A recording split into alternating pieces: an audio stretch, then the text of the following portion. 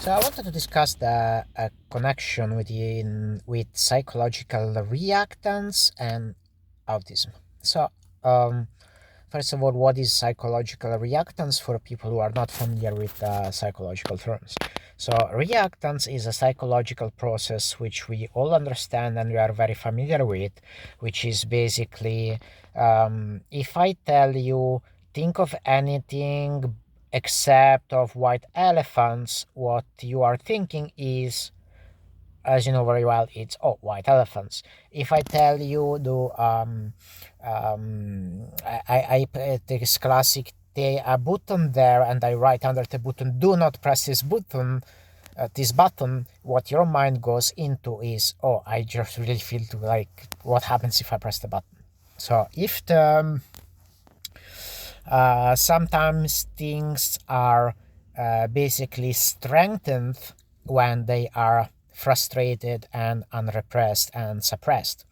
So this is kind of very basic human psychology, and it's something that we are pretty much all aware of. So now, how does this relate to the autistic spectrum disorder? So what we hear about autistic spectrum disorder is that we tend to be very rigid, very focused on certain routines, very defiant. We don't want to follow rules. We just want to do things our own way. We don't follow social norms. We are kind of loners, escaping social connections, and a lot of this is actually kind of incorrect. If you ask the autistic people about it, it's just not how we feel. It's how the whole conversation on how what autistic people are like tendentially tends to ignore what the autistic people say, is just more focused on what neurotypical say about us. So I'd argue that there are a lot of stereotypes about autistic people which are kinda, it's the exact opposite of the truth, and it's I'd argue that psychological reactance is one of the main processes in why autistic people are actually the exact opposite of what is tendentially implied, and this is one of the things which actually creates this severe miscommunication between neurodivergent and neurotypical people. So, why is that the case? And I kind of discussed this already in the video about the difference between autistic masking and social filtering. So, autistic masking is this conscious cognitive effort which according to research, estimates up to 94 of autistic people do in order to basically suppress their traits in order to fit neurotypical expectations. And it's something that for most of us takes most of the mental energy in any social interaction, which is why social interactions are kind of draining for a lot of us, and it causes a lot of mental health issue. Autistic people have like 4 times higher rates of depression and 6 times higher rates of suicide, for example. So so what is really going on? So the way neurotypical people describe us is, for instance, about being kind of rude, in a way of we don't care about what people feel. We don't follow the social norms that makes them feel better. We are defiant. We don't understand social context. We are over logical, and we just, when we go into a certain setting, we'll just say something regardless of, say or do something just because we want to, regardless of being sensitive about what the other person feel about how we act and what we say. And then there will be another stereotype, which is we are overly rigid and fixated on certain things. And I'd say that Sheldon Cooper from the Big Bang Theory is actually excellent description of autistic people, not in the sense of how autistic people are like and how autistic people feel like. And in fact, I've never felt I've never identified before as an autistic person, because all I was hearing about how autistic people are like felt like nothing like me. And a lot of people in the autistic community kind of hate on the Sheldon Cooper character. Like the majority doesn't really like the way he's described, because it feels like he's basically mockery of autistic people, and I can agree on that. But I do think that he's a very accurate description of how neurotypical people see us. So, for instance, you'll have this Sheldon Cooper character being deliberately rude and not caring about what other people say, how about his action impact other people, how it makes them feel.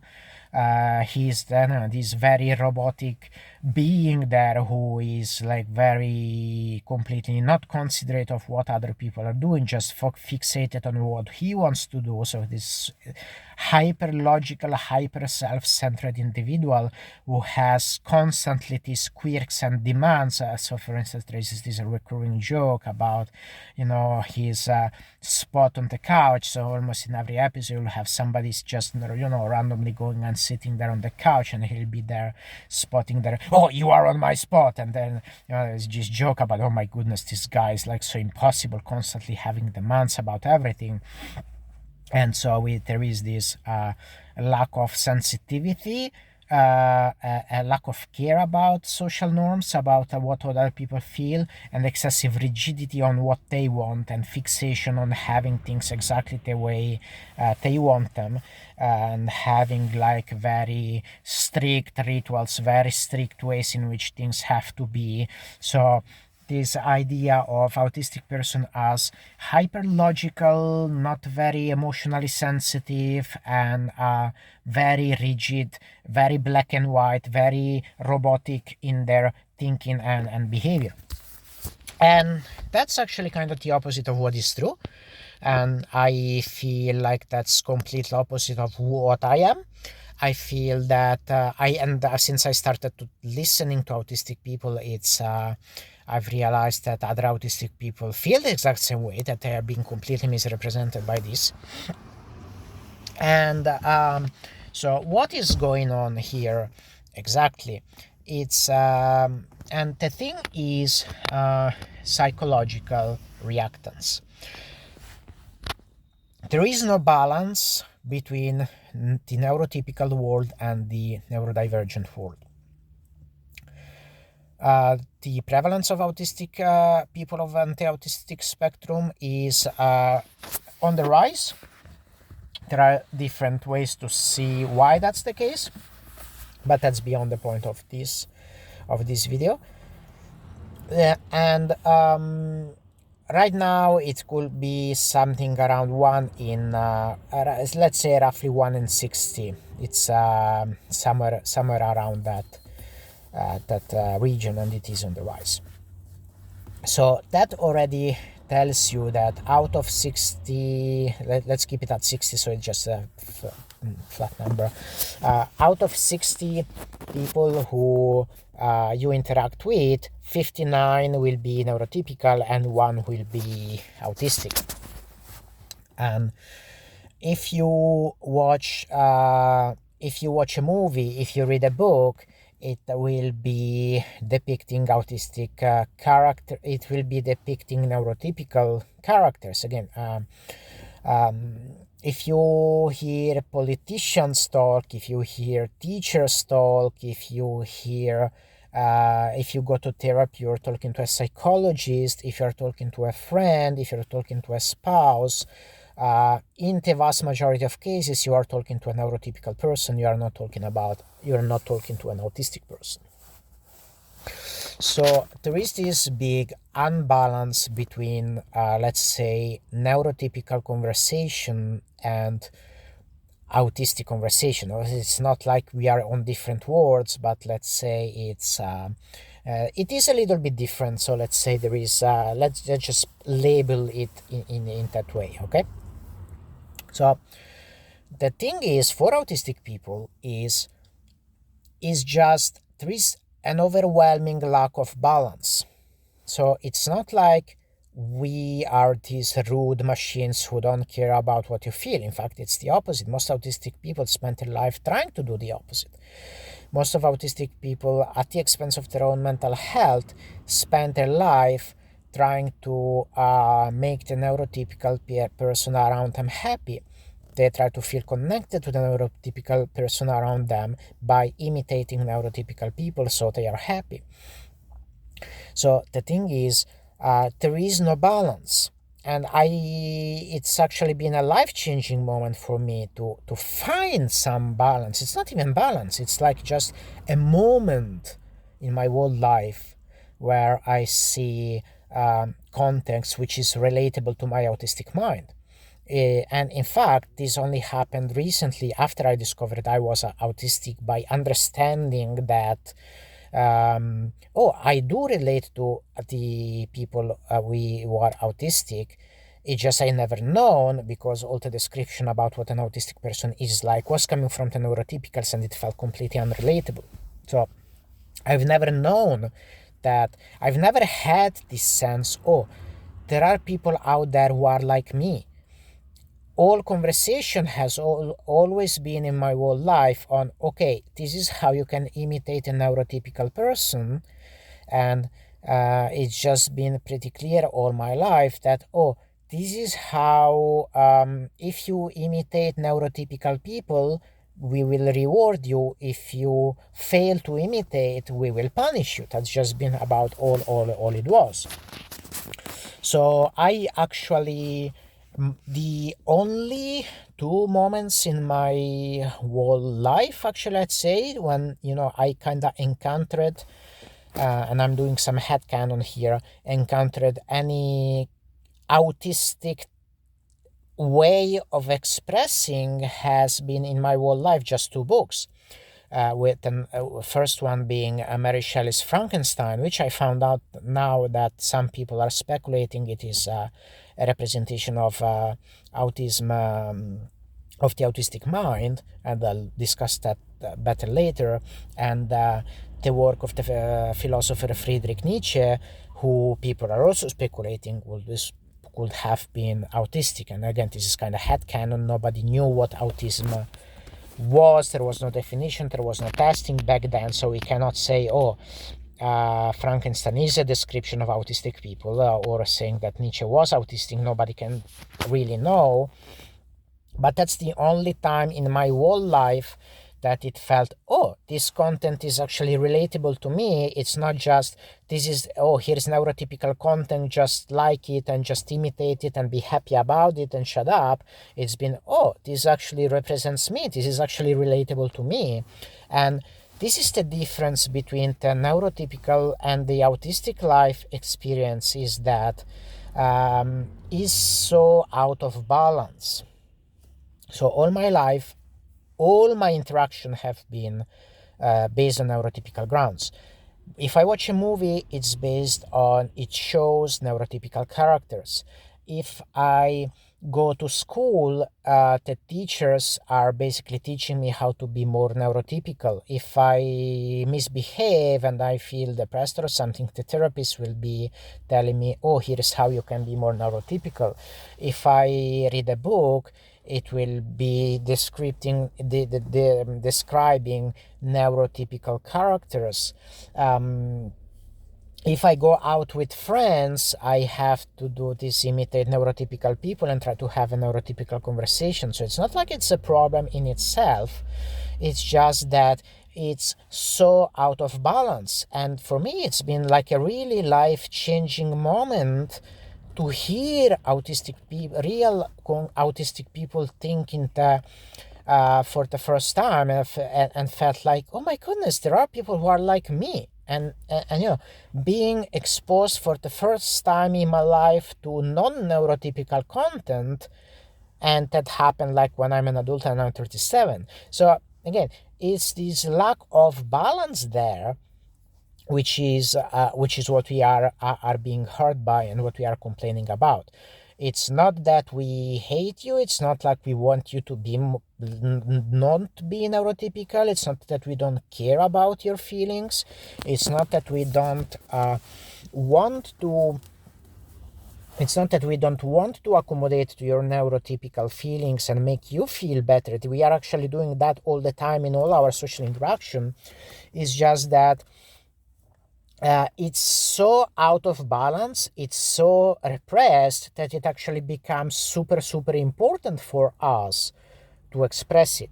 And that's exactly psychological reactance is, basically autistic people have spent all their life with the button in their head and the sticker below it, do not press this button. So our entire existence as autistic people has been um, do not press this button. And every single neurotypical person we have met has added one more layer under the button of do not press this button. Then the teacher comes and do not press this button. Then your spouse come and do not press this button. Your friends come, do not press this button. Your therapist adds another layer, do not press this button, do not press this button, do not press this button. And it's like, what the heck, I really want to press that button now. That's kind of the feeling that comes.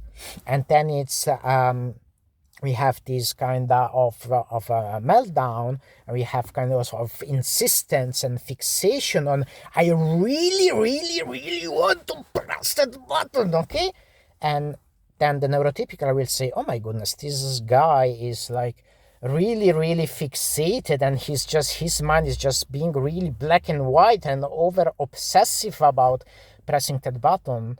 And that's not necessarily the case. It's just that we have never found a space where anybody told us, oh, it's fine to press this button. So this is a psychological reactance thing.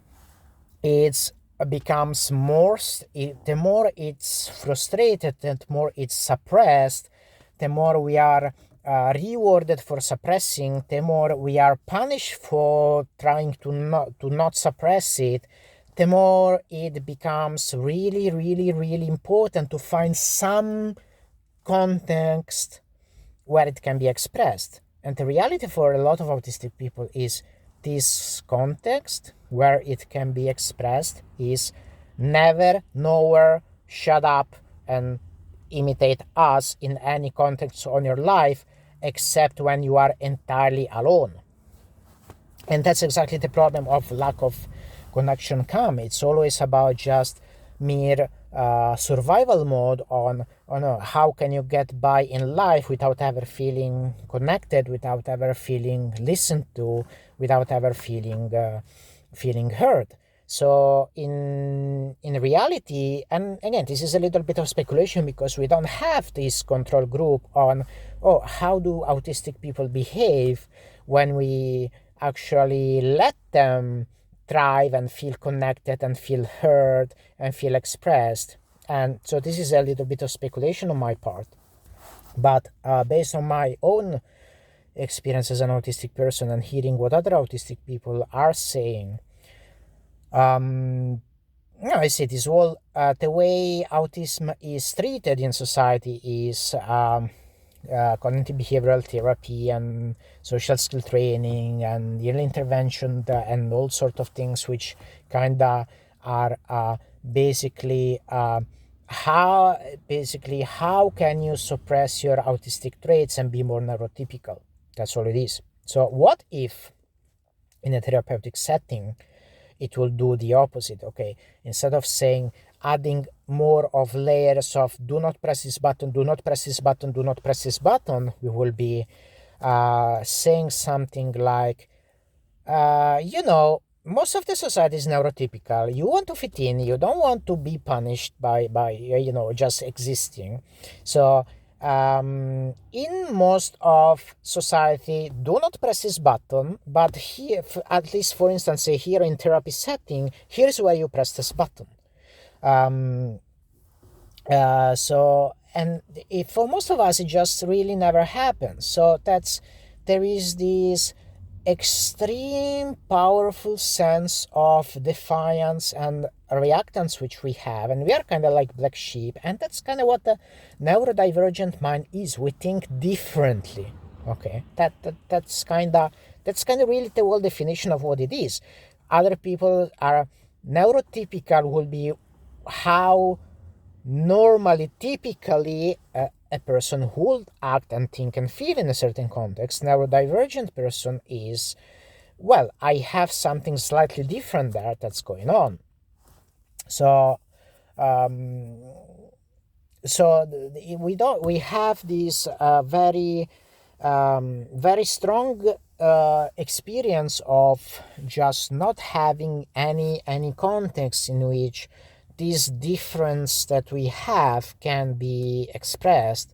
So the more it is pushed down, the more it becomes like a very crucial need to have that. And again, I don't think it's really difficult to understand. And for the neurotypical person out there who are, can't understand why we are so fixated on wanting to be different, why we are so fixated on having this specific ritual which we like, and these things that we have, why we are so uncaring about, the social cues and the social norms which make you feel comfortable, and we are fine with it.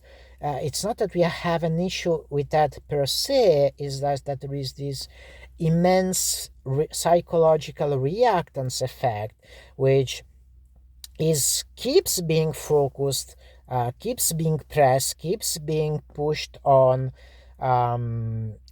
when we have when we keep being told in any possible context in our life that, oh, now it's not right to express what's in your mind, and that's fine. If it's right now, it's not. It's just that it's really never.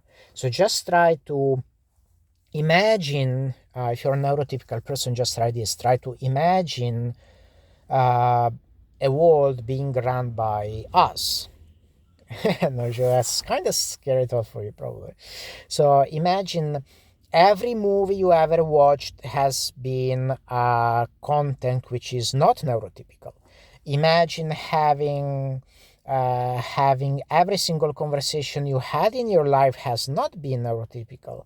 Imagine no social contents you have been in ever in your life being based on what makes a neurotypical person feel safe and heard and listened and loved.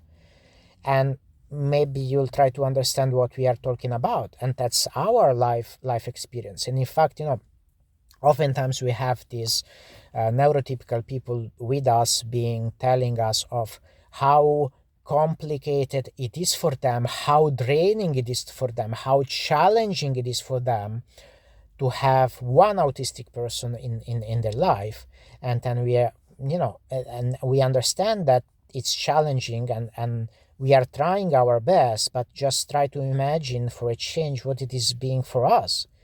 It's if it's so challenging for you to have an autistic friend or an autistic spouse or an autistic student, just remember that, oh, maybe I'm having one autistic person in my life, and if I feel frustrated by the conversation being complicated and confusing and frustrating, and I understand, we feel the same, so it's kind of, we can relate to the fact that talking to us can be frustrating for you.